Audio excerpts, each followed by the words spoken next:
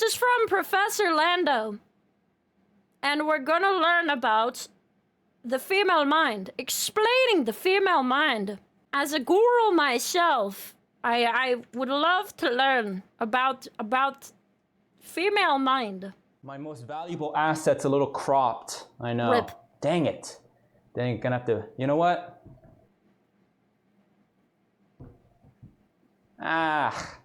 This is better. Just gonna have to make do, huh?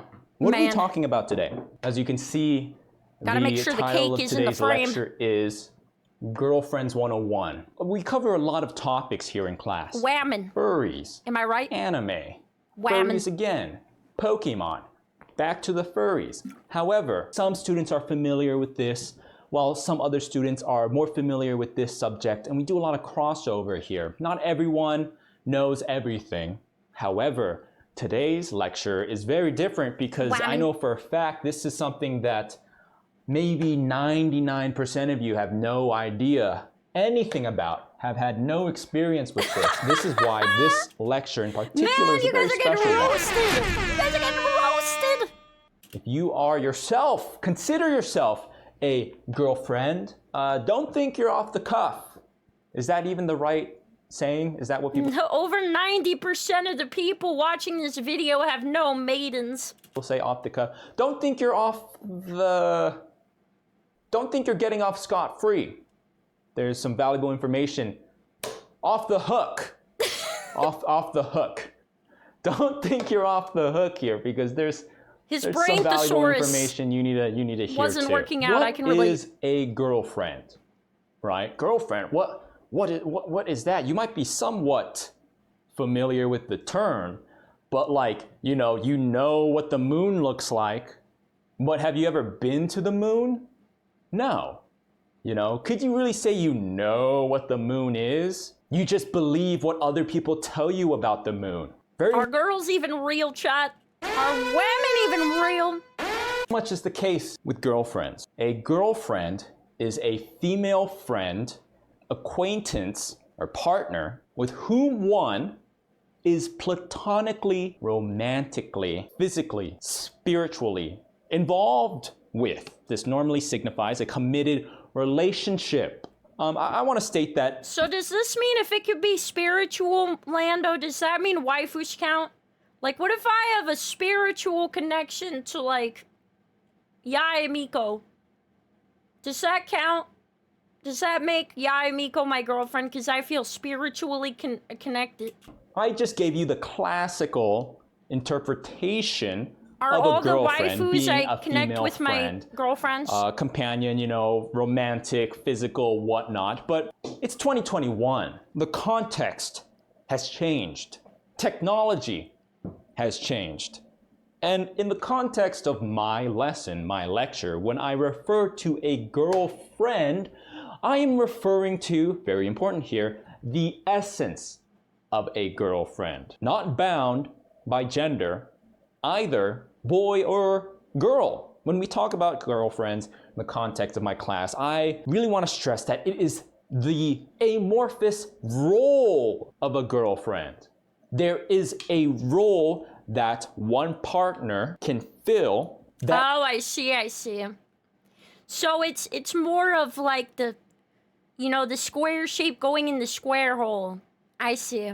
So if you define yourself as the square shape, then you could fulfill this girlfriend role. Can be generally fit into this broad term of girlfriend. What do I mean by that?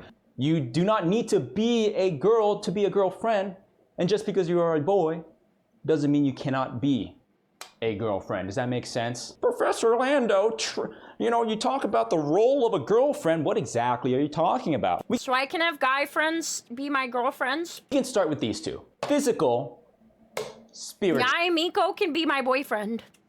Again, we're talking about this for the sake of explaining to 99% of Twitch chat that has never been familiar with what a girlfriend is. Makes sense. Many of you have never heard or participated. Yeah, we got to start very carefully, very slowly.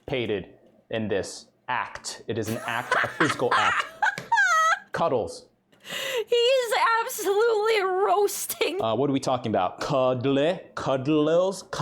What is that? What is a cuddles? You might think of it simply as like What is this? a hug. Cuddles. So cuddling. A very. I've never heard of guess this action. Just because we need some Is it a basis, soap? some foundation to work off of that you are able to relate to, we can say that. Let's just say that for the sake of this discussion, that a cuddle is a more involved hug. For most people, a hug is just not simply enough. A cuddle specifically, it's sort of like a detoxification process. When you hug someone, it's just like, all right, bro, I'll see you later. Your best friend. All right, that was good. Yeah, it was a good movie. See ya. I've never thought how hard it would be to explain certain things that are just common knowledge. Like, what is cuddling? I just realized how hard it is to actually explain to someone what they are who wouldn't know. For some reason, this sounds like a difficult thing to do. It's like a hug, but longer and more special, and there's more body contact. Hug. Oh, it's been a something. while. It's been a while. Come here. Hug. Right? You might do this, like a little, like this kind of action. Whoa! But a cuddle is way more. It's like Giving the bros, a little extra affection. Giving them a little extra squeeze for emotional support. when your shoulders.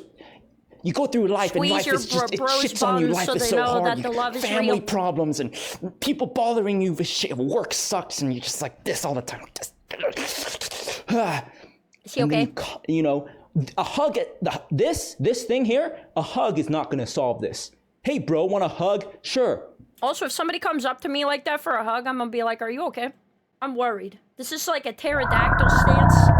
Yeah, that was fucking great. What was that? But a cuddle, like Michelangelo sculpting David, it lets you go, oh. Right? It helps alleviate. You think of a cuddle as a more involved hug that That's activates what I said. some sort of It's like more relief hug. of pressure. Longer might hug. seem all nice. You might think, oh, I want that. That sounds nice. I think that's the root of it. A lot of the whole idea conceptually of a girlfriend that has gripped society is that sounds nice, but Nice. it's never enough. It doesn't matter if you cuddled the day before. Cuddles are great. We always need more cuddles, okay? Go cuddle your cat. Go hold your cat for an extra long time. Listen to the rumble. Let them make biscuits. If you hug the cat or pet the cat long enough to make biscuits, I feel like this is cuddling. It doesn't matter if you cuddled that morning. She needs cuddles now. We cuddled yesterday night, yesterday morning, the night before, the morning before, and the day before that. We're gonna cuddle tonight. We're gonna cuddle tomorrow morning. We're gonna cuddle probably throughout the day, multiple times. I know we're talking about people, but he really does sound like the spiritual essence of my cat. It's like, if she does not get cuddled, before bed, in the morning, and midday, she's going to demand them from me by, screaming, meh! There's cuddling happen here and cuddling happen there. It's like a but it's quota never you have enough. to meet. If they don't get their cuddles, me as a normal person, I have needs, right? I need to have fun, eat, I need shelter, pursue This also sounds like my cat. Do you guys think Lando is a cat? happiness. I need Pokemon cards. But Okay, admittedly, my cat doesn't care about the Pokemon cards, so maybe not. the girlfriend has this, it's scary, this pit right here. Is that the void? Never, this void that no matter how much, it's never enough. And if Lando is 3 cats in a trench coat. Makes sense. you're unable, there's not enough resources in the world to fill this hole. And if, heaven forbid, you just need you need to work on something. Just, you get the angry, you get the sass. So that's part one, physical. Spiritual. Are you big? My cat does get the sass, and she is forever wanting more cuddles than I could possibly give in an entire lifetime.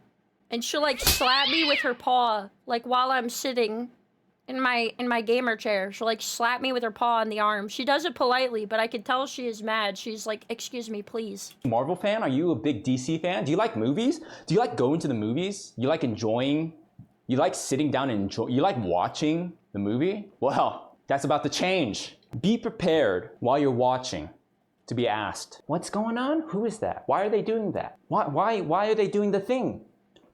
I don't know. Let's watch and find out. I'm watching it the same time you are. I don't know. I've had girlfriends do this. Like, what do you think is gonna happen next? What's gonna happen now? And I'm like, I don't know. We're both here at the same time. I don't know any more than you. Let's find out what's gonna happen by watching the movie in silence. That's the point. I'm the same way, by the way. I think some people just really like talking during movies.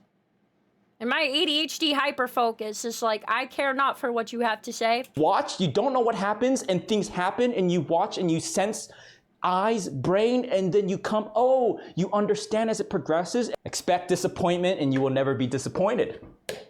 Let's circle back to physical. Sleep. What am I talking about? Sleep, you might be asking, Professor Lando. Sleep is simple. You simply sleep. Oh. Well, I have insomnia, so I disagree. Oh, no. Whoa. Doesn't matter what time it is. It's 7 p.m. Bedtime. I'm with the boys. Huh? Bedtime. 7 p.m. I don't care if it was 4 p.m. in the afternoon. It's time for bed. Okay, well, you go to bed then. No, that's not how it works. This really does sound like my cat. I'm not gonna lie. I'm having a really hard time not finding these similarities in my cat. Cause I'll be minding my own business. It'll be like 2 a.m. with my insomnia, and my cat's like meowing like, it's time for bed. You should be in bed now. I'm like, why the heck does it matter to you? It's like, well, because you're not in bed, and that's what you're supposed to do, and I don't like that you're still in here. Means that it's time for both of you to go to bed. Actually, yeah, you know what? Actually, that might sound fine. That actually sounds fine. Let's do it. Let's go to bed. I can, relax. We can watch a movie together. We can talk about our day. We can, because at the end of it, I do enjoy spending time with my girlfriend. She's asleep in 2 minutes. You're stuck there for hours. I'm jealous. What's wrong with me? Why am I built different? Why don't I get to fall asleep immediately? I have a debuff. Hours with your thoughts wide awake, like some sort of like CIA torture. You're like strapped in the bed. And that's the other thing. This is the bed. And you're like, wait, Professor Lando, that does not look like a bed. Yes, you would be correct. When you don't have a girlfriend, your bed might as well be like this. That's you without a girlfriend. When you acquire a girlfriend, your bed somehow turns into this, right? This is graphical interpretation. God forbid, like I've been so many like places with friends who think they could share a bed with me. Like if we're going to a con together or something. Even like my parents when I was younger, we would like share, like me and my mom would share a bed, and then like my brother and my dad would share one, like if we would go on a trip somewhere. And I sprawl so much over the bed. Like I sprawl out so far. I also like roll myself up in the covers apparently. Like every sleepover I've ever had, which I haven't had that many, but when I was younger and I had like another friend, I was always like the ninja of the comforter. Like I ended up with all of it, and whoever else was there ended up with none. I felt like a supervillain, but I was asleep, so all I could say is I'm sorry.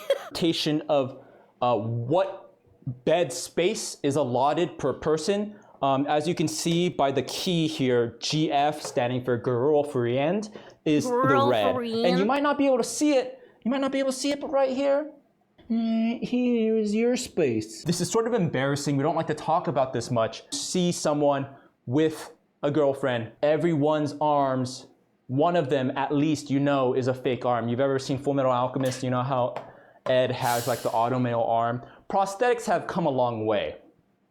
I've gotten so embarrassed. Back when I was really little, my mom would come through like check if I was awake for school, and sometimes I would literally be upside down. Like, I would be facing the other direction with, like, my head off the bed, and she's like, what are you doing? How did you end up like this? Like, were you fighting a bear in your sleep or what? Eventually, the circulation's cut off. You know, like that movie with James Franco, 27 Hours, I think, where he like falls and the rock falls and he has to like, uses a spoon, he has to like, you have to do that to escape. And oh my gosh. everyone has done it like a trapped rat. The third category, food. You know, you're driving. What do you want to eat? I don't know. Okay, I've heard this stereotype. Apparently, it applies to most women. I do not have this problem. I will ask other people, girls or guys, what they want to eat if we're hanging out. And if they say, I don't know, then I say, okay, we're eating here. That's what I do. If you say, I don't know, then you are surrendering to whatever I've chosen. If you ever find yourself in this situation with a girlfriend, you want to do this. Present to them the illusion of choice. Say, do you want to eat at pho or sushi? 2 options, you pick one. I used to try this, and the problem I had with both guys and girls, I'll actually be honest, I tried this with my dad, because he actually, no joke, when I was younger, was the person that would always say, I don't know.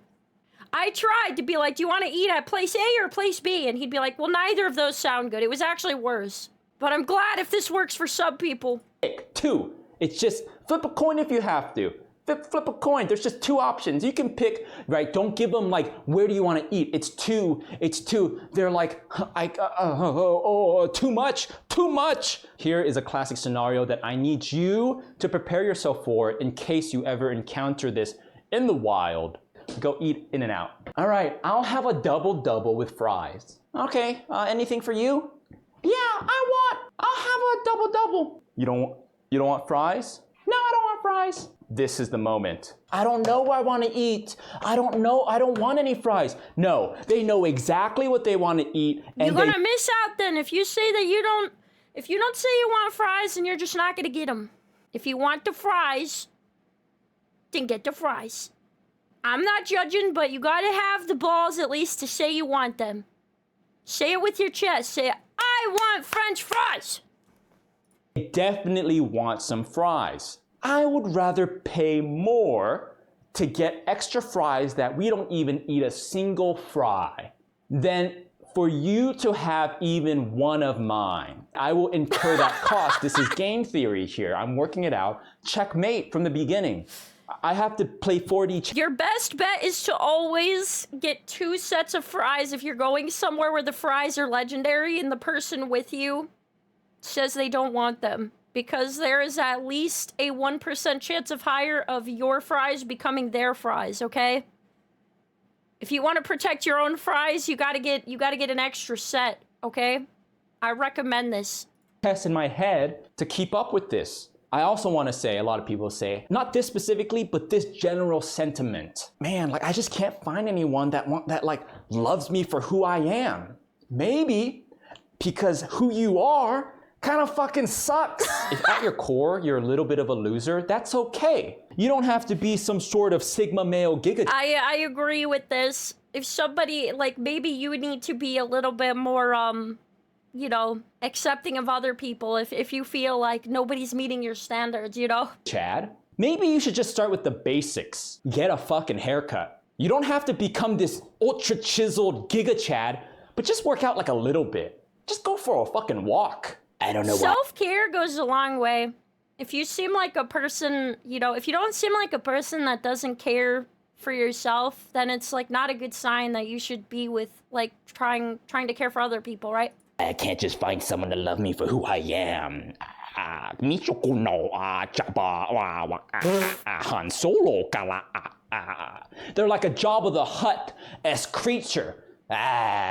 You know? Just baby steps, you know, instead of 5 hours of League of Legends a day, how about 4? Oh my God, the call out. Right? And you get a 4 and then 3, right? And then 2 and maybe... Like, you actually have to make the effort to go out as well.